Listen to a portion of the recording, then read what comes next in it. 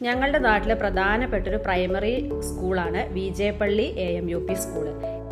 ഈ വിദ്യാലയം പിറവിയെടുത്തിട്ട് 100 വർഷം തികയാണ്. അപ്പൊ അതിനോടനുബന്ധിച്ചിട്ട് ശതസ്മിതം എന്ന പേരിൽ 100ാം വാർഷികോത്സവം നടന്നുകൊണ്ടിരിക്കുകയാണ്. ഇവിടെ കഴിഞ്ഞ ദിവസം വിദ്യാർത്ഥികളുടെ അമ്മമാർക്ക് വേണ്ടിയിട്ടൊരു പായസ മത്സരം നടന്നിരുന്നു. 28 മത്സരാർത്ഥികൾ ഉണ്ടായിരുന്നു. എല്ലാവരും കൃത്യസമയത്ത് തന്നെ പായസം കൊണ്ടുവന്ന് അത് വേണ്ട രീതിയിൽ തന്നെ പ്രദർശിപ്പിച്ചു കേട്ടോ.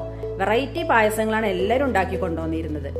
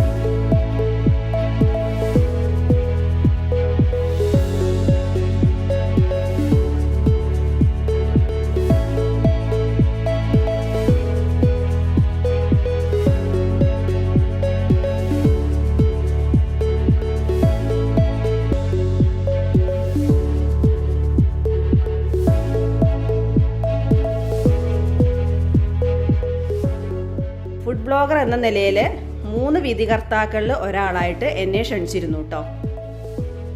എൻ്റെ ഹസ്ബൻഡിൻ്റെ കസിൻ ഇവിടുത്തെ അധ്യാപികയാണ്. മാത്രമല്ല ആഘോഷത്തിൻ്റെ വനിതാ വിങ്ങിൻ്റെ കൺവീനർ കൂടിയാണ്. അവരാണ് എന്നെ ഈ പരിപാടിയിലേക്ക് ക്ഷണിച്ചത്.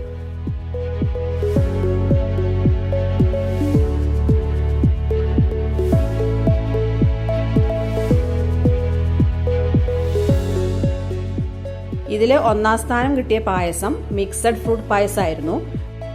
2ാമത് അവിയൽ പായസം.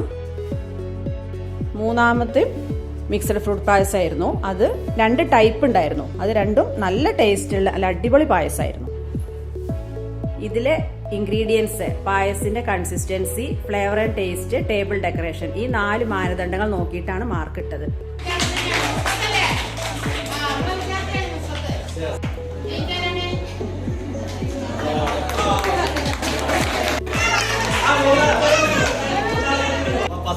സെക്കൻഡ് തേർഡ് അങ്ങനെ നിൽക്കണേ. ഓക്കെ, എല്ലാവരും നന്നായിട്ടാണ് ചെയ്തിട്ടുള്ളത്. ഇതിന്റെ പായസത്തിന്റെ കൺസിസ്റ്റൻസി, ഇൻഗ്രീഡിയൻസ്, അതേപോലെ ടെക്സ്ചർ, ഇതെല്ലാം മാനദണ്ഡം നോക്കിയിട്ടാണ് ഞങ്ങൾ മാർക്ക് ഇട്ടിട്ടുള്ളത്. അതുകൊണ്ട് ആരും ടെൻഷൻ ആവേണ്ട കാര്യമില്ല. എല്ലാവരുടെ പായസം വളരെ നന്നായിട്ടുണ്ട്. പിന്നെ നമുക്ക് അറിയാലോ, എൻ്റെ സ്റ്റുഡൻ്റൊക്കെയാണ് ഇങ്ങനെ ഒരു പായസമൊക്കെ കുറച്ച് കഴിച്ചിട്ടുള്ളൂ. കാരണം ഷുഗറുള്ളത് കാരണം കുറച്ച് കഴിച്ചിട്ടുള്ളൂ. എന്നാലും നമ്മുടെ വിജയപ്പള്ളി സ്കൂളിൽ ഇങ്ങനെ ഒരു പരിപാടി നടത്തിയപ്പോൾ അതിൽ സഹകരിച്ചു നിങ്ങൾ പങ്കെടുത്തതിൽ തന്നെ നിങ്ങളെ പ്രത്യേക അഭിനന്ദിക്കണം. ആദ്യം ശതസ്മിത 24 ആണെങ്കിൽ 25 ആയിപ്പോ അതിന്റെ ഭാഗമായിട്ട് ഒരുപാട് 100-ലധികം പ്രവർത്തനങ്ങളുമായിട്ടാണ് നമ്മൾ ഈ വർഷം തുടക്കം കുറിച്ചിട്ടുള്ളത്. വനിതാ വിഭാഗത്തിന്റെ പേരിലാണ് നമ്മൾ ഇന്ന് ഈ പായസം മത്സരം നടത്താൻ തീരുമാനിച്ചിട്ടുള്ളത്. 28 പേരും വെറൈറ്റി പായസം എന്ന പേര് ഉൾക്കൊണ്ടുകൊണ്ട് തന്നെ പലവിധ ഇൻഗ്രീഡിയൻസ് ഉപയോഗിച്ച് നല്ല രുചികരമായ പായസം തയ്യാറാക്കി കൊണ്ടുവന്നു.